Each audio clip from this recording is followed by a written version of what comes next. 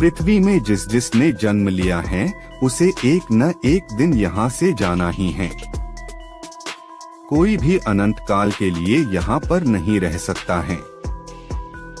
अपने जीवन काल को पूरी करने के बाद हर किसी को वापस लौटना है, क्योंकि मृत्यु ही शाश्वत सत्य है और इसे हम चाह कर भी नहीं बदल सकते हैं। लोगों को कहा जाता है कि कोई भी इंसान अमर नहीं हो सकता है, क्योंकि ये शरीर अस्थायी है और इसे आखिर में मिट्टी में ही मिलना है। परंतु मित्रों, ये बात 7 चिरंजीवियों 7 इमॉर्टल्स ऑफ हिंदू मिथोलॉजी के ऊपर लागू नहीं होता है। यह चिरंजीवी साधारण इंसान से ये बहुत ही ज्यादा खास और विशेष हैं। जी हाँ मित्रों, हमारे हिंदू धर्म में 7 ऐसे चिरंजीवियों 7 चिरंजीवीज ऑफ हिंदू मिथोलॉजी के बारे में कहा गया है जो कि कभी नहीं मर सकते हैं। इन सभी चिरंजीवियों का अंत कभी नहीं हो सकता है। वैसे ध्यान रहे कि अंत कभी नहीं होने से मेरा मतलब है कि जब तक ये संसार बना हुआ है तब तक ये 7 चिरंजीवी अमर हैं। कुछ पुराणों में ये भी जिक्र मिलता है कि ये 7 के 7 चिरंजीवी कल युग के अंत तक इस संसार में जीवित रहेंगे।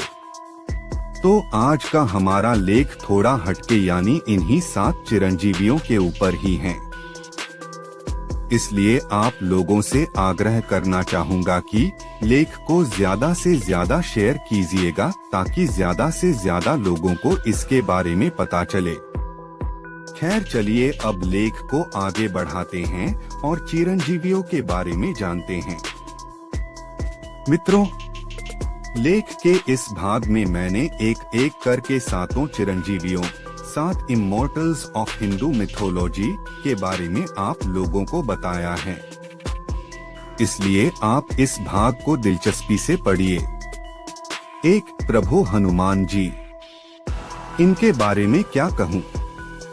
महाबली और अपूर्व साहस व प्रभु श्री राम के सबसे प्यारे भक्त हनुमान को कौन नहीं जानता।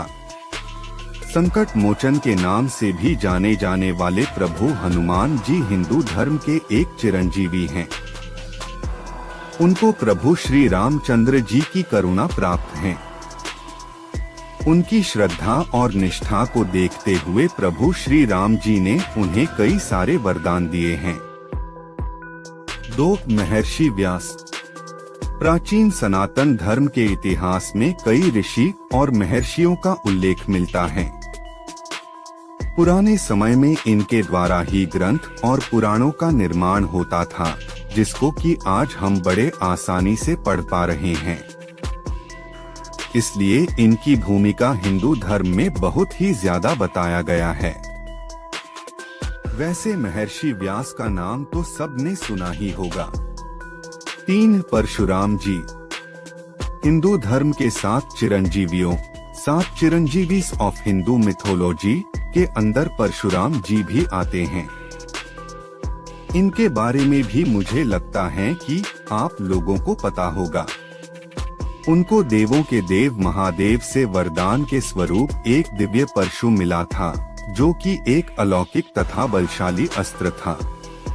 परशुराम जी के परशु के सामने शायद ही कोई दूसरा अस्त्र असरदार हो पाता।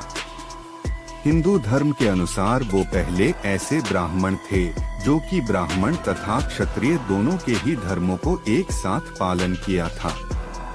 4 विभीषण, चौथे चिरंजीवी का नाम है विभीषण, जो कि रावण के भाई थे। रामायण में तो आप लोगों ने इनके बारे में बहुत कुछ सुना ही होगा। इन्होंने प्रभु की शरण ले ली थी जब रावण अधर्म कर रहा था। इसलिए इनके धर्मनिष्ठ गुण से प्रसन्न होकर प्रभु ने इन्हें दीर्घायु का वरदान दिया है। हालांकि ध्यान देने वाली बात ये है कि मौलिक तौर पर विभीषण चिरंजीवी तो नहीं है, परंतु इन्हें लंबे समय तक जीने का वरदान मिला है। पुराणों के अनुसार विभीषण महायुग के अंत तक जीवित रहेंगे। 5 राजा बलि जी, महाराजा बलि 5वीं चिरंजीवी 7 चिरंजीवी ऑफ हिंदू मिथोलॉजी हैं। ये विरोचना के पुत्र हैं तथा प्रहलाद के पोते हैं। इनको 3 लोक का राजा भी कहा जाता है। जब प्रभु श्री विष्णु जी ने अपना वामन अवतार लिया था, तब उन्होंने राजा बलि को अमर होने का वरदान दिया था। इसलिए आज भी राजा बलि जिंदा हैं। माना जाता है कि प्रति वर्ष ओणम के दिन ये पृथ्वी लोक पर आते हैं। इस वक्त वो पृथ्वी पर घूम घूम कर अपने प्रजा को देखते हैं कि वो क्या क्या कर रहे हैं। 6 अश्वत्थामा। महाभारत युग में आप लोगों ने अवश्य ही अश्वत्थामा के बारे में सुना होगा। वो गुरु द्रोण के पुत्र तथा एक महान योद्धा थे। अश्वत्थामा को गुरु द्रोण ने कड़ी तपस्या के बाद महादेव से पाया था। इसलिए अश्वत्थामा को महादेव से काफी शक्ति भी प्राप्त थी। वो 11 रुद्र अवतार में से एक थे। माना जाता है कि कृपाचार्य और अश्वत्थामा ही 2 ऐसे योद्धा थे जो कि कुरु वंश के तरफ से महाभारत के अंत होने तक जीवित थे। हालांकि अश्वत्थामा अमर हैं, परंतु प्रभु कृष्ण के श्राप के चलते वो नहीं किसी के संपर्क आ सकते हैं और न कि उनको कोई देख सकता है। इसके अलावा उनके बदन के ऊपर ऐसे घाव भी हैं जो कि अनंत काल तक ठीक नहीं होंगे। 7 कृपाचार्य। गुरु कृपाचार्य कौरवों के ओर से लड़ने वाले एक महान योद्धा थे। उनकी बहन कृपी का गुरु द्रोण के साथ विवाह हुआ था, इसलिए वो अश्वत्थामा के मामा थे।